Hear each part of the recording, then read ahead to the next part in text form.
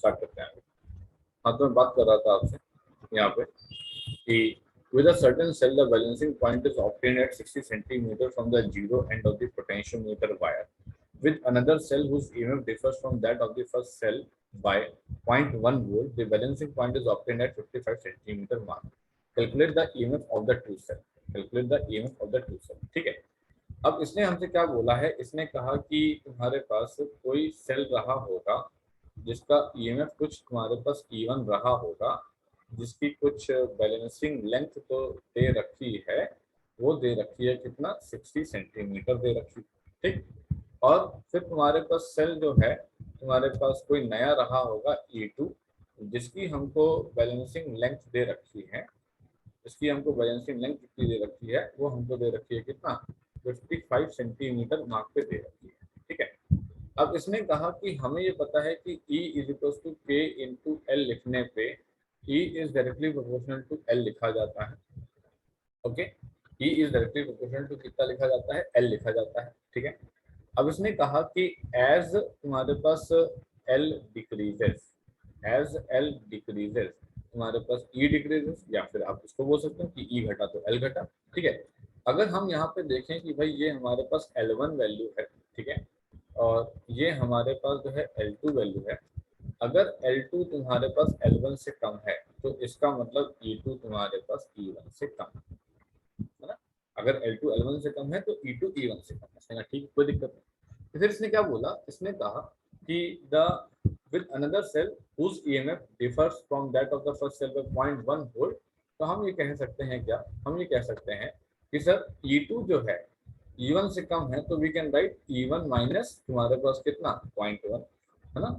E2 जो है तुम्हारे पास E1 से कम होगा, जैसा कि यहाँ पता लग गया, तो E2 equals to E1 minus 0.1।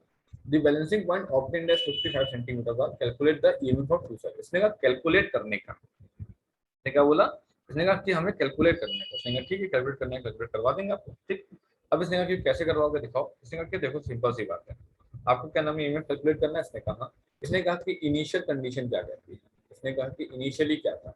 इसने कहा इनिशियली क्या था भैया, इनिशियली के इंटू तुम्हारे पास जो है L1 था, और तुम्हारे पास फाइनली क्या था, तुम्हारे पास फाइनली फाइनली तुम्हारे पास E2 is equal to K into तुम्हारे पास कितना L2 था। इसने कहा ठीक, कोई बात नहीं। इसने कहा कि अगर हम इन दो कंडीशन को उठा करके डिवाइड करते हैं, अगर हम इन दो कंडीशन को उठा के डिवाइड करते हैं तो ये हो गया क्या, E1 अपॉन तुम्हारे पास E2 is equal to K into तुम्हारे पास L1 अपॉन तुम्हारे पास कितना के इंटू तुम्हारे पास L2, राइट। सो E1 अपॉन E2 की वैल्यू तुम्हारे पास हमको निकालनी है। ठीक। इसने कहा ठीक, कोई बात नहीं। तो इसने कहा कि देखो हम यहाँ पे लिख सकते हैं इसको E1 अपॉन, तो हम इसको लिख सकते हैं E1 माइनस तुम्हारे पास 0.1। यहाँ से k और k को हम काट सकते हैं। L1 और L2 की बात करें तो हम लिख सकते हैं 60 अपॉन तुम्हारे पास कितना 55। ठीक है। इसने कहा ठीक, कोई बात नहीं, सॉल्व कर लेते हैं। तो 5 12 का ये हो गया, 5 11 का ये हो गया, तो ये हो गया 11 तुम्हारे पास E1, ये हो गया 12 तुम्हारे पास E1, ये हो गया 12 इंटू 0.1, दैट इज तुम्हारे पास कितना 1.2। ठीक है। ये पर्टिकुलर वैल्यू यहाँ पे आ गई। इसने कहा ठीक। इसने कहा कि 1.2 इज इक्वल टू कितना 12 तुम्हारे पास E1 माइनस 11 तुम्हारे पास E1, 1.2 इज इक्वल टू तुम्हारे पास जो है E1। ये हो गई E1 की वैल्यू कितना 1.2। ठीक। अब देखिए जरा, E1 की वैल्यू अगर 1.2 ओम हो गई है, अब हमको निकालनी है E2 की वैल्यू। तो E2 की वैल्यू कितनी है, E1 माइनस 0.1, तो ये कितनी हो गई है 1.2 माइनस 0.1, 12 में से 1 गया, कितना होता है 11 होता है, तो 1.1 वोल्ट तुम्हारे पास E2 की वैल्यू आ गई। E2 की वैल्यू आ गई, E1 की वैल्यू आपकी ऑलरेडी आ चुकी थी कितनी, तुम्हारे पास 1.2 वोल्ट, और यही तुम्हारे पास होगा इस तरीके से। हमको आई बात समझ में, क्लियर हुआ सभी लोग को। ठीक है। तो इस तरीके से आप लोग यहाँ पे इस पर्टिकुलर क्वेश्चन को सॉल्व करने वाले। ठीक। अच्छा, अगला सवाल देखते हैं। नेक्स्ट क्वेश्चन क्या है हमारे पास। नेक्स्ट क्वेश्चन भी एक बढ़िया सवाल है। ठीक है, बढ़िया तो नहीं, बहुत बढ़िया तो नहीं, ठीक ठीक है, मतलब आपको सही लगेगा सवाल। ठीक। इसने क्या बोला, इसने कहा कि देखो अगर हम यहाँ पे इसको कंसीडर करें इधर की तरफ, ये a potentiometer has 400 centimeter length of the wire which is connected to an auxiliary of the steady voltage 4 volt. A Lagrange cell gives null point at 140 centimeter. Lagrange और Daniell सर्विल वगैरह पढ़ करके आए हो छोटी क्लासेस। ठीक है, मेरे ख्याल से क्लास 11 12 में केमिस्ट्री में होगा तो होगा, नहीं होगा तो नहीं होगा, पता नहीं मेरे को। A Lagrange cell gives null point at 140 centimeter and Daniell cell at 100 centimeter. Compare the EMF of the two cells. If the length of the wire is increased by 100 cm, find the position of the null point with respect to the first cell.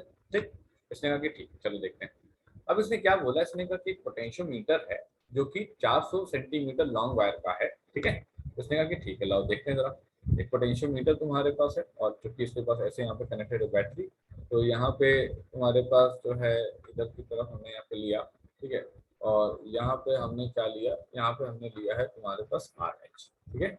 और फिर हमने क्या बताया, हमने कहा कि एक लेकर के आते हैं तुम्हारे पास सेकेंडरी, ठीक है। सेकेंडरी को यहाँ पे लेकर के आए और सेकेंडरी को जब यहाँ पे लेकर के आ गए तो क्या हुआ, तो इसने कहा कि ये तुम्हारे पास जो है EMF है, ठीक है। और ये तुम्हारे पास जो है इंटरनल रेजिस्टेंस है, ये गैल्वेनोमीटर है, और ये तुम्हारे पास जो है J, ठीक। इसने कहा ठीक, कोई बात नहीं, चलो देखते हैं। जिसने कहा कि पोटेंशियोमीटर जिसकी लंबाई 400 सेंटीमीटर थी, ठीक है, तो इसकी लंबाई 400 सेंटीमीटर थी, मतलब ये वाली, ठीक है। 400 सेंटीमीटर लंबाई इसकी, ये वाली 400 सेंटीमीटर लंबाई है, ठीक। इसने कहा कि पोटेंशियोमीटर है जिसकी 400 सेंटीमीटर लंबाई है, which is connected to an auxiliary of steady voltage 4 volt. तो ये तुम्हारे पास 4 वोल्ट यहाँ पे दे रखा है, ठीक। A Lagrange cell gives the null point at 140 centimetre, okay. So ये तुम्हारे पास 140 सेंटीमीटर तुम्हारे पास L1 की वैल्यू है। और इस समय ये वाले जो सेल हैं, इन वाले सेल को हम लोग क्या बोलेंगे, इनको हम लोग बोलेंगे तुम्हारे पास लैग्रांज सेल, ठीक है। ये लैग्रांज सेल यहाँ पे, ठीक। फिर इसने कहा कि डेनियल सेल ने जो है वो 100 सेंटीमीटर पे दिया है, तो हमने कहा अच्छा डेनियल सेल 100 पे दिया, कोई बात नहीं, हमने इसी पर्टिकुलर डायग्राम को उठा लेना है ताकि हमको बार बार ना बनाना पड़े, तो हमने इसी को उठा दिया, ठीक है। यहाँ पे देखिए जरा, उठा लेते हैं यहाँ पे। अब हमने क्या बताया, हमने कहा कि भाई ये यहाँ पे आ गया और ये हमने यहाँ पे रखा, ठीक। अब इसने कहा कि भाई अब यहाँ पे जो है डेनियल सेल है, तो हमने यहाँ पे रखा, ये आगे है तुम्हारे पास क्या, डेनियल तुम्हारे पास सेल, ये EMF, ठीक। और ये तुम्हारे पास यहाँ पे हमने लिख लिया, और ये कह रहा है कि भाई 100 सेंटीमीटर पे, ठीक है, 100 सेंटीमीटर पे। तो ये 100 सेंटीमीटर पे नहीं, सॉरी कुछ और वैल्यू दे रखी थी, डेनियल सेल 100 सेंटीमीटर, ठीक है। ये 100 सेंटीमीटर यहाँ पे है, ये है जी, ठीक है। 400 सेंटीमीटर का बाकी सारा सेटअप सेम, ठीक। इसने कहा ठीक है, ये तुम्हारे पास E1 हो गया और ये तुम्हारे पास E2, ठीक है।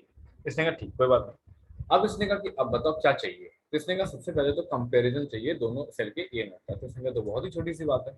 इसने कहा देखो हम लोग को ये पता है कि E1 इज इक्वल टू कितना होता है, K इंटू L1 होता है। इसने कहा हाँ। और E2 इज इक्वल टू कितना होता है, K इंटू तुम्हारे पास L2 होता है, हाँ। इसने कहा ये इक्वेशन नंबर 1 है, ये इक्वेशन नंबर 2 है, ठीक है। आप एक काम करो, आप डिवाइड करो, ठीक है। आप डिवाइड करो तुम्हारे पास इक्वेशन नंबर 1 बाय तुम्हारे पास इक्वेशन नंबर 2 से। तो E1 अपॉन तुम्हारे पास E2 इज इक्वल टू लिखा K इंटू L1 अपॉन तुम्हारे पास कितना, K इंटू L2, राइट। हमने K और K काट दिया। L1 की वैल्यू कितनी है 140 और इसकी वैल्यू कितनी है 100। तो ये हो गया 7 और ये हो गया तुम्हारे पास 5। ये हो गया इसका पहले पार्ट, ठीक। ना we have to talk about the second part. अब सेकंड पार्ट एग्जैक्टली तो बस क्या, ठीक है। इसने कहा if the length of the wire को 100 सेंटीमीटर से बढ़ा दें तो find the position of the null point, ठीक है, विद द फर्स्ट सेल, ठीक है। इसने कहा कि चलो देखते हैं जरा। तो इसने कहा कि फर्स्ट सेल की बात कर रहा है। इसने कहा कि हम फर्स्ट वाले सेल की बात कर रहे हैं। अगर length of the wire, length of the wire का मतलब क्या, लेंथ ऑफ द वायर का मतलब पोटेंशियोमीटर की लंबाई, मतलब 400 सेंटीमीटर से उसकी लंबाई 500 सेंटीमीटर का कर दे तो, ठीक है। इसने कहा कर दो, क्या दिक्कत है, कर दो आराम से, ठीक है। इसने कहा कि अगर हम ऐसा कर दें तो क्या होगा, तो इसने कहा कि देखो क्या होगा, find the position of the null point with the first cell, मतलब कि लैग्रांज वो जो डेनियल सेल वाला काम खत्म हो गया। अब बस लैग्रांज सेल डायग्राम नंबर 1 से बात करेंगे, ठीक है। चलो, तो अब इसने कहा कि भाई इफ तुम्हारे पास length of wire is increased, length of wire is तुम्हारे पास जो है इंक्रीज्ड, ठीक है। इसने कहा कि LAB डैश की जो नई वैल्यू है वो 400 प्लस तुम्हारे पास 100 बोले तो कितना, बोले तो तुम्हारे पास 500 सेंटीमीटर की, ठीक है।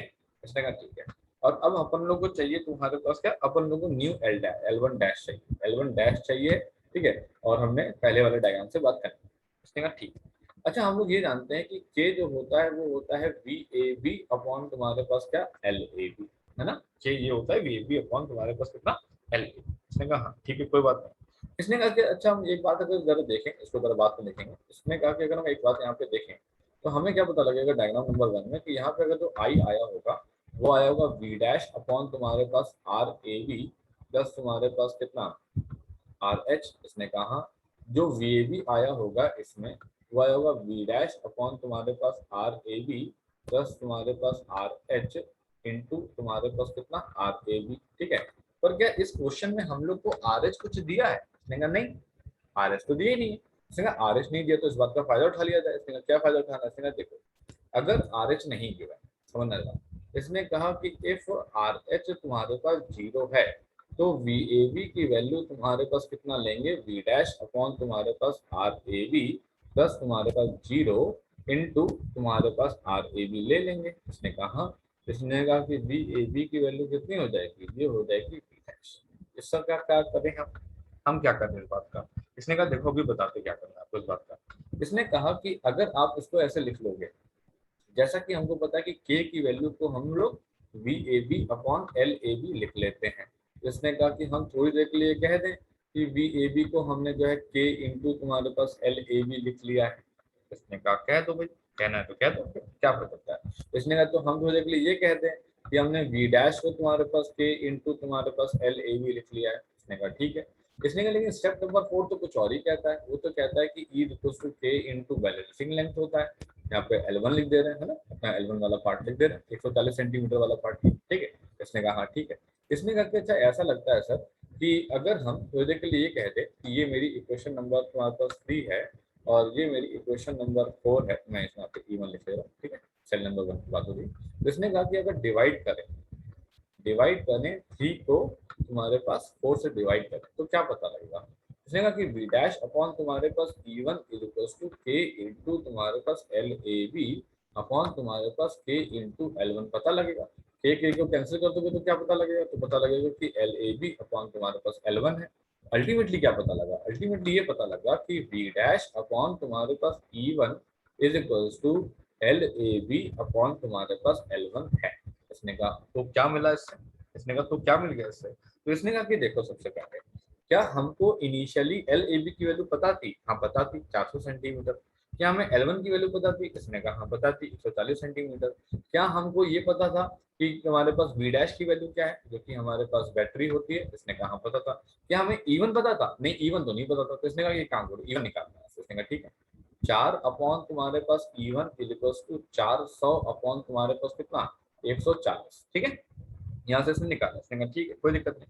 यहाँ से इसने कहा कि 4 से तुम्हारे पास ये हो गया 100, तो E1 की वैल्यू हो गई 140 अपॉन 100 और ये हो गई 1.4 वोल्ट। ये आ गई E1 की वैल्यू। इसने कहा ठीक है। इसने कहा नाउ वी हैव तुम्हारे पास एल ए बी डैश जो कि है कितना, 500 सेंटीमीटर। ठीक है, अब सिंपल सी बात है, एल ए बी डैश है तो हमको L1 डैश भी रखना पड़ेगा।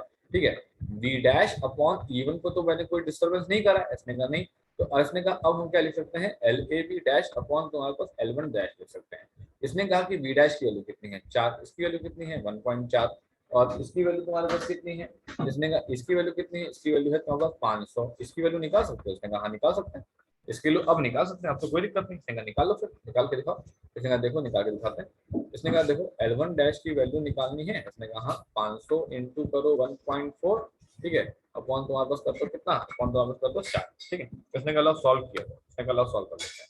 उसने कहा कि भाई ये तुम्हारे पास आ गया 10 इधर, ये आ गया 50 से 50, ये आ गया 2 यहाँ पे, ये आ गया 7 यहाँ पे, ये आ गया तुम्हारे पास कितना 25। तो L1 डैश की वैल्यू कितनी आ गई, 25 इंटू 7 बोले तो कितना 175 सेंटीमीटर। यही तो पूछा था आपने, यही तो पूछा था कि जब हम तुम्हारे पास पोटेंशियोमीटर वायर की वैल्यू 400 से 500 कर देंगे तो L की वैल्यू कितनी हो जाएगी, L1 की वैल्यू हो जाएगी कितनी, 150 सेंटीमीटर। इस तरीके से हम लोग इस क्वेश्चन को समझ में आ रहा है। धीरे धीरे देखिए क्वेश्चन कॉम्प्लेक्स होंगे। ठीक है, अभी मैं आपको बहुत सारे लेवल तरीके से सवाल कराऊंगा तो आपको लगेगा अच्छा ये भी है वो भी है ये भी, हाँ सब है, सब है। आपके एनसीईआरटीज में भी है, आपके जो है आईएससी की जो बुक्स है, न्यूटन पब्लिकेशन वगैरह सब में है एग्जैक्टली क्वेश्चन। ठीक है, ऐसे क्वेश्चन आते हैं। अब आप ये मत सोचिएगा कि बस वही 4 स्टेप बताया मैंने काम खत्म हो गया, नहीं, करना उसी के बेसिस पे, लेकिन थोड़ा दिमाग लगाना पड़ेगा, दिमाग के लिए प्रैक्टिस करनी पड़ेगी। ठीक है, चलिए एक बढ़िया सवाल आपको कराता हूँ। ठीक है, आपसे तो इतनी देर से बढ़िया सवाल तो हो रहा है, चलो देखते हैं, जरा एक और बढ़िया सवाल कराता हूँ। ठीक, इस बढ़िया सवाल को देखना, इजी सवाल है, बहुत टफ नहीं है, आप आराम से कर लोगे। इसने क्या बताया, इसने कहा कि तुम्हारे पास एक क्वेश्चन है ऐसा, यहाँ पे दे रखा है इसमें डायग्राम भी है, मैं आपको डायग्राम भी बना के दिखाता हूँ कि डायग्राम क्या पूछा गया है इसका आपसे, तो so that you can understand it, आपको ठीक से समझ पाएंगे। ठीक, तो मान लीजिए सबसे पहले अगर मैं आपसे यहाँ पे वो क्वेश्चन डायग्राम देना, मैं इसका निकाल देता हूँ so that I can make you understand. तो सबसे पहले तरह इसके डायग्राम पे चर्चा कर लेते हैं। इसने कहा है कि एबी 1 मीटर लॉन्ग है, ठीक है। डायग्राम बनाते हैं पहले जरा मैं आपके सामने, ये मैंने यहाँ पे बनाया, ठीक है। और फिर एज यूजल मैंने यहाँ पे एक बैटरी रखी। डायग्राम जरूर प्रैक्टिस कर लीजिएगा, बहुत काम आएगा आपको, ठीक है। आप नहीं प्रैक्टिस करोगे तो थोड़ा दिक्कत होगा आपको, ठीक। तो इसने क्या बोला कि यार एक ए बी तुम्हारे पास तार है, ठीक है, ए बी तार तुम्हारे पास है, और हम जो है यहाँ पे जो बना के दिए, ठीक है, ठीक है। और एक पार्ट जो है हम आपको यहाँ पे सब पार्ट, अच्छा। तो जरा देखते हैं जरा, इसने कहा AV 1 metre long of 10 ohm resistance, तो इसने कहा कि एल ऑफ दी एवी दे रखी है तुम्हारे पास 1 मीटर, बोले तो तुम्हारे पास कितना 100 सेंटीमीटर दे रखी है। आर ऑफ दी एवी जो दे रखी है वो तुम्हारे पास लगभग 10 ओम दे रखी है, ठीक है। और calculate the potential gradient along AB, तो इसने कहा के की वैल्यू निकालनी है। Calculate the length A O, ये ओ दे रखी है when galvanometer shows no deflection, when galvanometer shows no deflection, ठीक, कोई बात नहीं, तो बहुत नॉर्मल सी बात है, ठीक। अब इसने क्या बोला, इसने कहा कि देखो यहाँ पे कुछ दे रखा है, हमको दिखाते हैं क्या क्या दे रखा है यहाँ पे। इसने इसने कहा कि एक वैल्यू यहाँ पे ये दे रखी है तुम्हारे पास 1.5, तुम्हारे पास कितना वोल्ट दे रखा है, ठीक है। और एक तुम्हारे पास यहाँ पे दे रखा है कितना 1.2 ओम दे रखा है, ठीक है। एक यहाँ पे दे रखा है तुम्हारे पास कितना, यहाँ पे दे रखा है तुम्हारे पास 0.3 ओम दे रखा है, ठीक है। और इसने क्या दे रखा है, इसने कहा कि ये तुम्हारे पास एल है, ठीक है। और यहाँ पे जो ये पूरी ये वैल्यू जो है वो 100 तुम्हारे पास सेंटीमीटर, ये पर्टिकुलर वैल्यू यहाँ पे दे रखी है, ठीक है। ये दे रखा है 2 वोल्ट और ये दे रखा है तुम्हारे पास कितना 15, ये सब डायग्राम यहाँ पे दिया हुआ है इस क्वेश्चन में, ठीक। इसने कहा कि हम क्या चाहते हैं ना, हम ये चाहते हैं कि आप हमको पहले तो पोटेंशियल ग्रेडियंट बताइए, ठीक है, फिर बाकी बात को देखते हैं। उसने कहा कि ठीक है, हम आपको पोटेंशियल ग्रेडियंट बता दे रहे हैं, कोई दिक्कत नहीं, ठीक है। उसने कहा कि ठीक है चलिए बताइए। तो इसने कहा कि पोटेंशियल ग्रेडियंट के साथ करंट निकालना पड़ेगा, जो कि तुम्हारे पास होगा कितना वी डैश, ठीक है, वी डैश अपॉन तुम्हारे पास आर ए बी। कोशिश ये करिएगा कि एक बार फॉर्मूला जरूर लिखें, ठीक है, एक बार फॉर्मूला जरूर लिखें। अब क्योंकि आपके पेपर अब एमसीक्यू हैं, तो अब इस वाले पार्ट में तो मैटर नहीं करता है, टर्म 2 में तो फिर सब्जेक्टिव आएगा तब तो फिर करता है, ठीक है। तो ऐसा रहेगा, ठीक है। अब आप लिखें या ना लिखें तो क्या फर्क पड़ता है, टीचर कौन ही देखने वाला है, ठीक। अब देखिए V dash upon R A B plus R H into R A B हो गया तुम्हारे पास, ठीक है, ये आई की वैल्यू हो गई। हमने गला निकालते चलते हैं, ये 2 अपॉन तुम्हारे पास कितना, ये तुम्हारे पास 10 प्लस तुम्हारे पास कितना तुम्हारे पास 15, ठीक है। और ये आर ए बी यहाँ पे नहीं आएगा, ठीक है, ये 10 प्लस 15, तो ये कितना आ गया 2 अपॉन तुम्हारे पास कितना 25 तुम्हारे पास एम्पियर, ठीक। वी ए बी की वैल्यू निकाल दी तुम्हारे पास आई इंटू तुम्हारे पास कितना आर ए बी, ठीक है। और 2 अपॉन तुम्हारे पास 25 इंटू आर ए बी की वैल्यू कितनी, ये 10, ठीक है। तो 5 2 जा और 5 5 जा, तो 2 2 जा कितना 4 अपॉन 5 तुम्हारे पास कितना 4, ये पर्टिकुलर वैल्यू नंबर आ गई, ठीक है, ठीक। अब इसने कहा कि potential gradient V A B तुम्हारे पास कितना अपॉन एल ए बी, ठीक है। वी ए बी की वैल्यू कितना 4 अपॉन 5, एल ए बी की वैल्यू तुम्हारे पास कितना 100 सेंटीमीटर, ठीक है। तो 4 अपॉन 5 होता है तुम्हारे पास कितना, ये होता है 0.8, तो 0.008 वोल्ट पर तुम्हारे पास कितना सेंटीमीटर, ठीक है, 0.008 वोल्ट पर सेंटीमीटर। तो ये आ गया था अपना पहला स्टेप, ये आ गया था अपना दूसरा स्टेप, ये हो गया था अपना तीसरा स्टेप, ठीक है ना। अब मुद्दा आता है आगे का, calculate the length AO when the galvanometer shows no deflection. अब एग्जैक्टली इसमें कैसे करें, क्या करें, ठीक है। अब इसने कहा कि देखो ऐसा है कि ये सब पार्ट को जरा बुला लेते हैं हम लोग, जरा हम लोग अपने सब पार्ट को बुला लेते हैं, तो यहाँ पे गैल्वेनोमीटर जी लगा हुआ है, ठीक है, गैल्वेनोमीटर जी लगा हुआ है। इसमें सब पार्ट को जब हमने बुलाया तो हमको कुछ क्या पता, हमको ये पता लगा, ये तो चीज हम लोग करते चले आ रहे हैं इतनी देर से, ठीक है। ये तुम्हारे पास यहाँ पे हो गया, और ये तुम्हारे पास 1.2 ओम, ये तुम्हारे पास 1.5 वोल्ट, और ये तुम्हारे पास कितना, ये तुम्हारे पास जो है 0.3 तुम्हारे पास ओम, ठीक। यहाँ पे सिंपल सी बात है, करंट आई आया होगा, ठीक।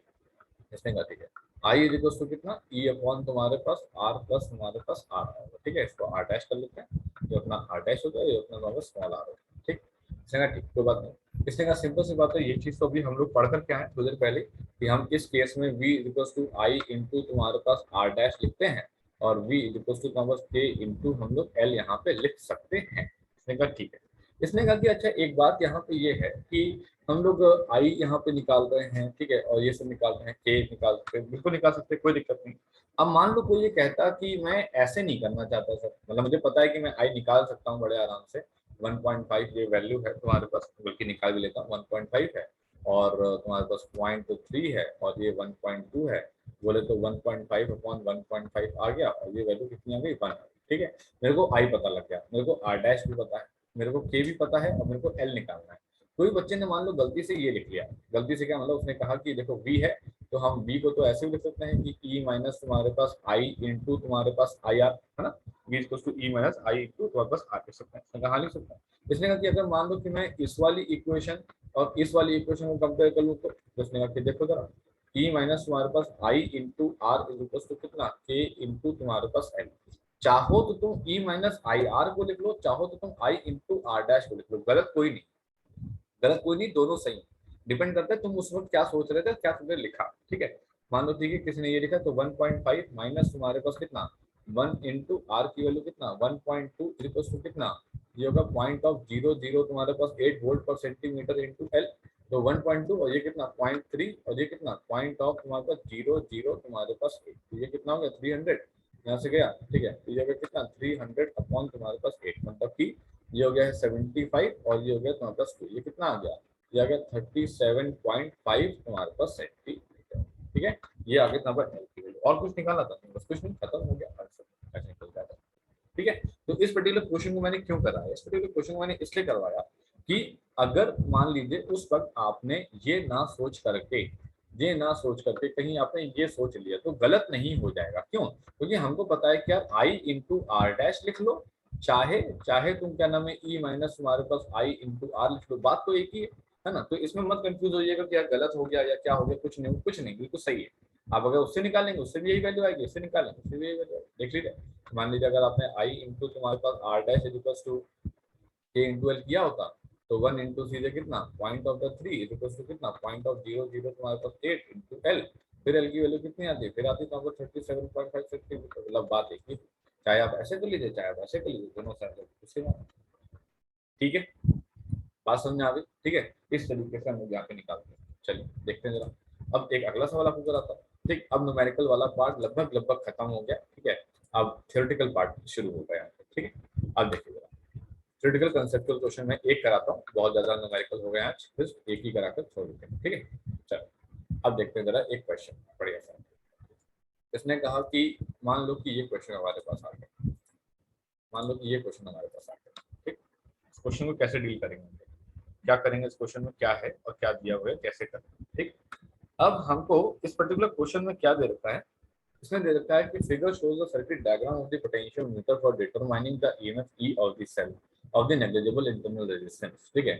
What is the purpose of using high resistance R, ठीक है। जरा इस पहले डायग्राम को बुला के लाते हैं और जरा देखते हैं कि क्या बनाया हो डायग्राम के अंदर, ठीक है। तो डायग्राम के अंदर हमने क्या बनाया है जरा ध्यान से देखिएगा। इसने कहा कि ये प्राइमरी बना हुआ है, एज इट इज जैसे बना होता है, ये अपना सेकेंडरी बना हुआ है जैसा कि बना होता है, और ये अपना सब बना हुआ है। इस बार सब में कुछ गड़बड़ कर दी है इसने, क्या गड़बड़ कर दी इसने, की लगा दी है, जबकि की तो लगाते ही नहीं थे हम लोग, तो रेजिस्टेंस बॉक्स लगाते थे, ये क्या कर दिया इसने, ठीक है। इसने कहा कि चलो देख लेते हैं जरा। इसने कहा कि यहाँ पे जो दे रखा है अपने पास, ठीक है, यहाँ पे अपने पास ये दे रखा है, ठीक, ये अपना 2 वोल्ट दे रखा है, ठीक है।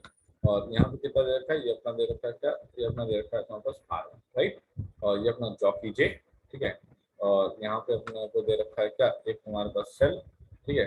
और यहाँ पे एक अपने को दे रखा है क्या, ये अपने को दे रखा है यहाँ पे इधर की तरफ, इधर की तरफ ये दे रखा है ये, और ये तुम्हारा गर्मोमीटर जी, और ये यहाँ पे, ठीक है। और यहाँ पे की दे दी इसने, इसने ये क्या कर दिया इसने, ठीक है, ये मुद्दा है यहाँ पे, ये क्या कर दिया इसने, ठीक है। चलो यहाँ पे देखते हैं। तो first of all we have been asked about R2। R2 का क्या पर्पस है भाई यहाँ पे, और R2 को क्या है, देखो हम लोग एक बात जानते हैं कि गर्मोमीटर बड़ा मासूम सा इंसान, ठीक है। मासूम सा इंसान का मतलब है कि ये बस आईजी की इसकी क्या नाम है कैपेसिटी है, IG बहुत ही लो करंट होता है, ये हम लोगों ने पहले पढ़ा है। हम लोगों ने अभी एमीटर वोल्ट मीटर में IG के बारे में बड़ी विस्तृत तरीके से देखा था कि IG की वैल्यू बड़ी कम आया करती थी, मिलीज में आया करती थी ना। इसने कहा कि IG value is very low, बहुत ही कम वैल्यू हुआ करती थी, ठीक है। इन तुम्हारे पास क्या, इन तुम्हारे पास मिली एम्पियर्स, ठीक है, इन मिली एम्पियर्स माइक्रो एम्पियर्स, इन तुम्हारे पास मिली एम्पियर, तुम्हारे पास क्या माइक्रो एम्पियर, ठीक है। इसने कहा ठीक है, इसने कहा कि पर्पस ऑफ, ठीक है, मैं पहला पार्ट का डिस्कशन कर रहा हूँ यहाँ पे। इसने कहा कि पर्पस ऑफ पुटिंग, ठीक है। अब यही चीज जो पहले कंसेप्चुअल रीजनिंग आती थी, अब यही चीज को एमसीक्यू में डालेंगे वो। और मैं बताऊं आपको, एमसीक्यू बड़ा कंफ्यूज करने वाली बात हो गई। मतलब पहले तो ये था कि मेरे पास एक सवाल था, अब मैं सोचूं उसके बारे में, है, मैं सोचूं, मुझे आता होगा मैं सोचूंगा, मैं लिख दूंगा, नहीं आता होगा नहीं लिखूंगा। अब तुम चार बातें बता दोगे, मुझे कुछ सही लग रही होगी, कुछ गलत लग रही होगी, जो मुझे आती होगी तो भी मैं तुम्हारे दूसरे तीसरे ऑप्शन के चक्कर में गलत कर दूंगा। एमसीक्यू अगर किसी पर्टिकुलर कॉन्सेप्चुअल क्वेश्चन में आता है तो वो ऐसी तीन चार बातें बता देता है जिसके बारे में ना तो टीचर ने पढ़ाया था, ना तो टीचर को आता होगा, ना तो मुझे आता है। भाई सिंपल सी बात है, टीचर ने नहीं पढ़ाया होता तो टीचर को नहीं आता हो सकता है क्या नाम है वो इंपॉर्टेंट ना हो, ये भी उसने सोचा हो, है ना। तो जब एमसीक्यू में ऑप्शन आता है तो वो उल्टा परेशान करते हैं, वो उल्टा हमारे लिए प्रॉब्लम सॉल्व नहीं करते हैं, ठीक है, परेशान कर देते हैं। तो इसने कहा कि जब ऐसे क्वेश्चन आता था हम लोग के समय में, तुम्हारे समय में तो पहले आता था कि भैया ये सवाल है, इसका आंसर लिख दिया। अब एमसीक्यू में ऑप्शन आ गया, अब क्या करोगे, अब तो और कंफ्यूज हो जाओगे, ठीक है। चलो देखते हैं जरा, देखो पर्पस ऑफ पुटिंग R2, ठीक है, बिफोर R2 तुम्हारे पास before galvanometer is to prevent is is to prevent is to prevent the coil of is to prevent the coil of galvanometer G, is to prevent the coil of the galvanometer G। इसने क्या बोला, purpose of putting R2 before galvanometer is to prevent the coil of galvanometer, ठीक है, G from तुम्हारे पास burning. अगर आप बहुत high current भेज देंगे तो गैल्वेनोमीटर की कॉइल जल जाएगी, और ये काम हम चाहते नहीं है। हमने गैल्वेनोमीटर को इसलिए नहीं रखा कि लाओ तुम्हें फूंक दे उठा करके, ठीक है, उसको फूंकने के लिए नहीं रखा है। उसका काम है, उसकी जॉब ये है, वो ये बताए कि करंट किधर जा रहा है ना, ये हमारे को जानने का था, ठीक है। इसने कहा ठीक है, चलो ठीक है, कोई बात नहीं, बचेगा ये तो इस बात, ठीक, अगली बार मार देंगे इसको, ठीक। अब क्या उसने बोला, why can't the balance point B obtain when the key के इज क्लोज। चलो इस पर डिस्कस करते हैं, ये बड़ा अच्छा पॉइंट है। इसने कहा कि इफ वी क्लोज द, इसने कहा कि इफ वी तुम्हारे पास क्लोज द, अगर हम तुम्हारे पास की को क्लोज करते हैं, if we close the key के, ठीक है, लेट सपोज कि हमने की को तुम्हारे पास क्लोज कर दिया, ठीक है, ये हमने यहाँ पे क्लोज कर दिया। इसने कहा कि क्लोजिंग द की, इसने कहा closing the key will behave as, will तुम्हारे पास behave as, will behave as SC wire, will behave as तुम्हारे पास एससी वायर। भैया ऐसा है कि आर की वैल्यू, आर डैश की वैल्यू इनफाइनाइट होना, आर डैश की वैल्यू फाइनाइट होना, ये केस अभी तक डिस्कस हो रहे थे। ये पहली बार ऐसा हुआ है कि किसी सवाल में उठा करके हमारे सेल के नीचे जो सिस्टम अरेंजमेंट बना रहा था तो वहां इन्होंने शॉर्ट सर्किट मार दिया। अब अगर इन्होंने शॉर्ट सर्किट मार दिया तो अब क्या होगा, अब इसने कहा तो अब तो मामला ही गड़बड़ हो जाएगा। इसने कहा क्या मतलब, इसने कहा एससी वायर का मतलब क्या हुआ, एससी वायर का मतलब हो गया R dash zero, R dash zero का मतलब आई तुम्हारे पास क्या हो जाएगा, आई हो जाएगा मैक्सिमम, और ये मैक्सिमम वैल्यू कितनी जाएगी, मैक्सिमम वैल्यू जाएगी तुम्हारे पास इनफाइनाइट, है ना, मैक्सिमम वैल्यू जाएगी तुम्हारे पास इनफाइनाइट, ठीक है। इसने कहा कि ठीक है कोई बात नहीं। इसने कहा बात है, इसने कहा बात ये है कि अगर हम एम एन, अगर हम देखें पोटेंशियल डिफरेंस अक्रॉस, ठीक है, अगर हम देखें पोटेंशियल डिफरेंस अक्रॉस तुम्हारे पास एम एन, तो हम ये लिख पाएंगे कि यार वी एम एन जो होता है वो होता है आई इंटू तुम्हारे पास R of the M N. हमने अभी तक ये पढ़ा था कि रेजिस्टेंस बॉक्स पे जब अपन लोग कोई रेजिस्टेंस लाया करते थे तो वी यूज्ड टू राइट यार V M N is equal to तुम्हारे पास के इंटू बैलेंसिंग लेंथ, ठीक है। अब जब मैं इन दोनों को आमने सामने बैठाऊंगा, ठीक है, इन दोनों को आमने सामने बैठाऊंगा, के इंटू तुम्हारे पास L is equal to I into R M N. अब एक बात को जरा ध्यान से अपने दिमाग में रखिए कि जो पोटेंशियल ग्रेडियंट है, जो पोटेंशियल ग्रेडियंट है उनको तुम्हारे सेकेंडरी से क्या लेना देना है यार, कोई लेना देना नहीं है। हम लोग इतनी देर से पढ़ते चले आ रहे हैं, हम लोगों ने इतने सवाल करे, हमारे सवाल में जब तक के तक कहानी चल रही थी तब तक तो सेकेंडरी का नाम भी नहीं आता था। के तक जब कहानी चली तब तक सेकेंडरी का नाम भी नहीं आता था, जो तो चौथे स्टेप पे सेकेंडरी का नाम आता था, जहाँ पे हम लोग ईएमएफ को क्या नाम निकाला करते थे, है ना, के इंटू एल करके। इसने कहा कि ठीक है, इसने कहा कि देखो भैया के इंटू एल में के तो जीरो हो नहीं सकता, ये तो तय है, ये तो तय है कि के जीरो हो नहीं सकता। यहाँ पे आई जीरो है नहीं, ठीक है। यहाँ पे आर एम एन तुम्हारे पास जीरो है। अगर तुम्हारे पास K into L is equals to I into R M N पे इसने अपने हाथ खड़े कर दिए, इसने कहा मैं तो जीरो हो नहीं सकता भैया, मेरे पे जो सारा क्या नाम है जिम्मेदारी है, मैं कैसे जीरो हो सकता हूँ, मेरे को सेकेंडरी से कोई मतलब नहीं है। इसने कहा मैं तो जीरो हूँ, इसने कहा तुम जीरो हो तो अब मुझे होना पड़ेगा क्या, जीरो होना पड़ेगा। इसने कहा सिंस सिंस तुम्हारे पास यहाँ पे आर एम एन जीरो है तो इस वजह से एल जीरो हुआ। इसने कहा नो नल पॉइंट, कोई नल पॉइंट नहीं मिलेगा। बात समझे, बस समझे क्या हुआ। इसने क्या बोला, इसने ठीक है क्लोज कर दो, क्लोज कर दो, क्लोज कर दो। Short circuit condition R dash zero, R dash zero, I maximum I infinite, ठीक है। तो इसने कहा कि ठीक है कोई बात नहीं। इसने कहा कि अगर हम इनफाइनाइट कंडीशन ना लिखे तो बंद हो, बंद, ठीक है। इसने कहा कि हम लोग इनफाइनाइट कंडीशन लगे, इसने कहा कुछ ना करो, इनफाइनाइट कंडीशन नहीं, आप आई मैक्स लिख सकते हो, आप आई मैक्स लिखो। आप ये कह सकते हो आई नॉट इक्वल टू जीरो, उसने कहा हाँ आई नॉट इक्वल टू जीरो पे आप कह सकते हो, तो आपने कहा लो तब भी नंबर एल तो जीरो ही आएगा, no null point, null point achieve नहीं हो सकता। समझ आया। ये ऐसे सवाल इस बार एमसीक्यू में आपके लिए रखे हैं, ठीक है। अभी आईएससी का पैटर्न नहीं आया, वो भी लोग फंसेंगे, पक्की बात है, ठीक है। आएंगे ही आएंगे, हर हाल में आएंगे, ठीक है। उनको भी एमसीक्यू झेलना ही पड़ेगा, तो इस तरीके से आपको यहाँ पे देखना पड़ेगा। क्लियर हुआ सभी लोग, ठीक है। चलिए बहुत सारे न्यूमेरिकल हो गए, अब कल बात करते हैं, अगली क्लास बात करते हैं क्या क्या